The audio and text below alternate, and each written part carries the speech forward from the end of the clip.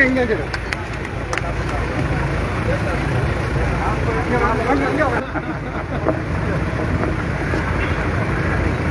வேணுமே.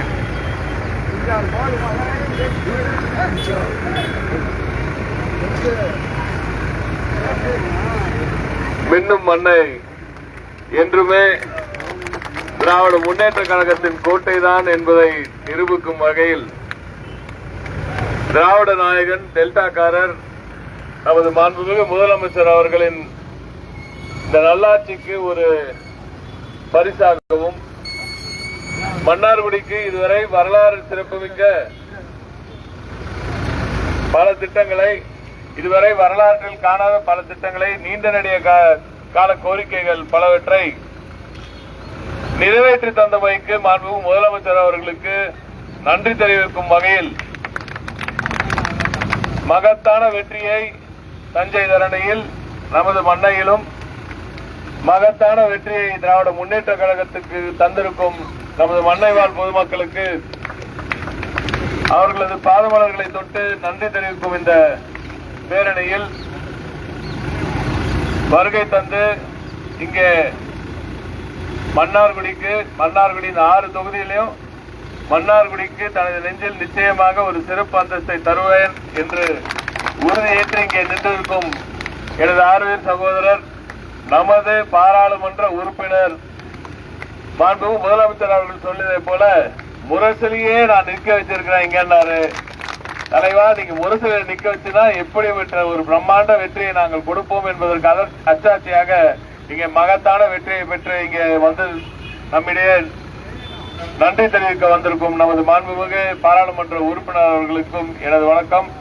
அதே போல சிறப்பான முறையில் இந்த ஏற்பாடுகளை இங்கே செய்து 2 வார்த்தைகளை மிக சிறப்பாக பேசி இங்கே அற்புதமாக கழக பணியாற்றிருக்கும் நமது நகர கழக செயலாளர் எனது ஆர்வீர் அண்ணன் நமது நகரமன்ற தலைவர் அவர்கள் இங்கே தேர்தல் பணியை தலைமையேற்று மிக சிறப்பாக அதை செயல்படுத்தி காட்டி மகத்தான வெற்றியை மன்னார்குடி மக்களிடையே மீண்டும் திமுகவுக்கு பெற்றுத் தந்திருக்கும் எனது ஆர்வீர் மாமா நமது முன்னாள் சட்டமன்ற உறுப்பினர் மாமா ராஜமாணிக்கம் அவர்களே, மாமா ஞானசேகரன் அவர்களே, தோழமை கட்சி நண்பர்களே, ஒட்டுமொத்த இந்தியா கூட்டணி தோழமை கட்சியினர் அனைவரும் தங்களது வேட்பாளரை இங்கே நிறுத்தியதை போல மிக சிறப்பாக பணிபுரிந்து மீண்டும் ஒருமுறை இங்கே மகத்தான வெற்றியை நமது மன்னார்குடி மண்ணில் திராவிட முன்னேற்ற கழகத்துக்கு பெற்றுத் தந்தவைக்கு எனது நன்றிகளை நான் முதலில் தெரிவித்துக் கொள்கிறேன். மன்னார்குடி என்றுமே கழகத்தின் கோட்டை என்பது அத்தாட்சியாகத்தான் அது 2011 ஒட்டுமொத்த தமிழகமும் ஏமாற்றிய போது கூட மன்னார்குடி உங்க பக்கம் தான் தலைவர் கலைஞர் அவர்களே என்று சொல்லும் அவருக்கு மகத்தான வெற்றியை நாம் அன்று பெற்றோம். இன்று தொடர் வெற்றியின் காரணமாக தொடர்ந்து நம் பக்கம் நிற்கிறது இந்த மண் என்பதற்காக ஆட்சி பொறுப்பு ஏற்ற முதல் இன்று வரை நாம் கேட்ட அனைத்து திட்டங்களையும் தந்திருக்கிறார் மாண்புமிகு முதலமைச்சர் அவர்கள். இப்ப பெரிய ஒரு பேருந்து நிலைய ஒர்க்கே ஆரம்பிக்காதுன்னாங்க பல பேர். அதை அறிவிப்பாங்க, அதோட கிடக்கும் அப்படின்னாங்க. அதுக்கப்புறம் சும்மா கட்டா இருப்பாங்க, அப்படியே நடுவில் போட்டுருவாங்க அப்படின்னாங்க. இப்படி பல விஷயங்களை சொன்னாங்க.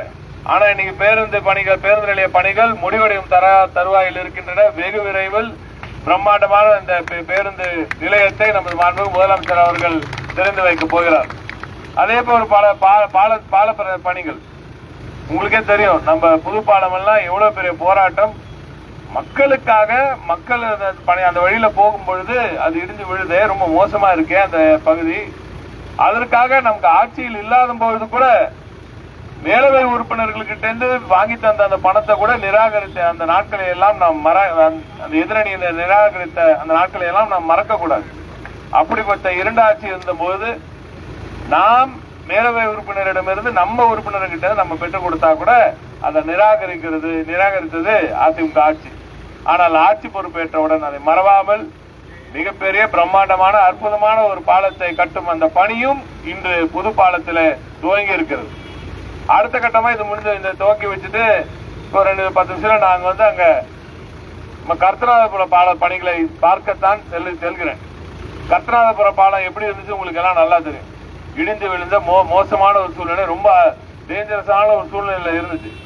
அது சொல்லும் போது கூட அவங்க அதை பத்தி யோசிக்கவே இல்லை. அதை அதற்கு கட்டுறதுக்கு ஒரு பாலத்தை முடிவு பண்ணாங்க. அது எப்படி முடிவு பண்ணாங்கன்னா, ஒரு 68-70 வீடுகளை இடித்து அதுக்கப்புறம் அந்த பாலத்தை கட்டுற மாதிரி ஒரு விஷயத்தை வச்சிருந்தாங்க.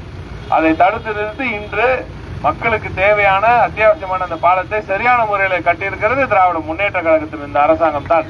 இப்படி அடுக்கிக் கொண்டே போகலாம். பல திட்டங்களை நம்ம ஊருக்கு கொண்டு போய் சேர்த்து நீராமங்கலம் மேம்பாலம் உள்ளிட்ட வரலாற்று சிறப்புமிக்க ஒரு திட்டங்களை எல்லாம் கொடுத்த ஆட்சிதான், கொடுத்து கொண்டிருக்கும் ஆட்சிதான் திராவிட முன்னேற்ற கழகத்தின் ஆட்சி. இதையெல்லாம் எல்லாத்தையும் தாண்டி இந்த முறை மக்கள் அளித்த அந்த வாக்கு, மிக குறிப்பாக சொல்லணும்னா தாய்மார்களின் வாக்கு எங்கேருந்து வந்துச்சுன்னா, அந்த மாதந்தோறும் அந்த 1000 ரூபாய் ஒரு தாயுள்ளம் கொண்ட தலைவராக திகழ்ந்து உங்களது சகோதரனாக உங்கள் வீட்டு பிள்ளையாக நான் தருகிறேன் என்று அந்த உரிமை தொகையை அளித்து மிகப்பெரிய பிரம்மாண்ட வெற்றியை 40க்கும் 40 வென்றெடுத்த ஒரு சரித்திர நாயகனாக நமது முதலமைச்சர் என்று திகழ்கிறார். அவர்களது இந்த நல்லாட்சியில் ஒட்டுமொத்த தமிழகமும் நிச்சயமாக மின்னும். நமது மன்னார்குடி ஏற்கனவே மின்னிட்டு இருக்கு. கோவில் உட்பட சொல்லாத பல விஷயங்களும் நாம் செய்து காட்டியிருக்கிறோம். இன்னும் பல திட்டங்களை இந்த பகுதிக்கு கொண்டு வந்து சேர்க்கவிருக்கிறோம். அதை தாண்டி மிக குறிப்பாக தொழில்துறை அமைச்சர் என்ற அந்த பொறுப்பில், இந்த மண் வழங்கிய அந்த பொறுப்பில் நமது மன்னார்குடிக்கு சிப்காட் கொண்டு வந்த ஒரு பெருமை உங்களை சேரும். இங்க இருக்க ஒவ்வொருத்தரும் இந்த 10 வருஷமா 11 வருஷமா நாம உழைத்த 15 வருஷமா நாம உழைச்சிட்டு இருக்க இந்த உழைப்புக்கு மாண்புமிகு முதலமைச்சர் அவர்கள் கொடுக்கும் அந்த பரிசு தான் இந்த சிப்காட் தொழில் பூங்கா. அது இங்க மட்டும் இல்ல, திருவாரூர்ல 100 ஏக்கர் கிட்ட அங்க நிலத்தை ஆயுதம் பண்ற வேலை அந்த ரெடி ஆயிடுச்சு. மிகப்பெரிய ஒரு பிரம்மாண்டமான ஒரு சிப்காட் அங்க திருவாரூரும் இங்க மன்னார்குடியிலும் ஒரு சிறிய ஒரு சிப்காட்டும் இங்க அமைய இருக்கிறது.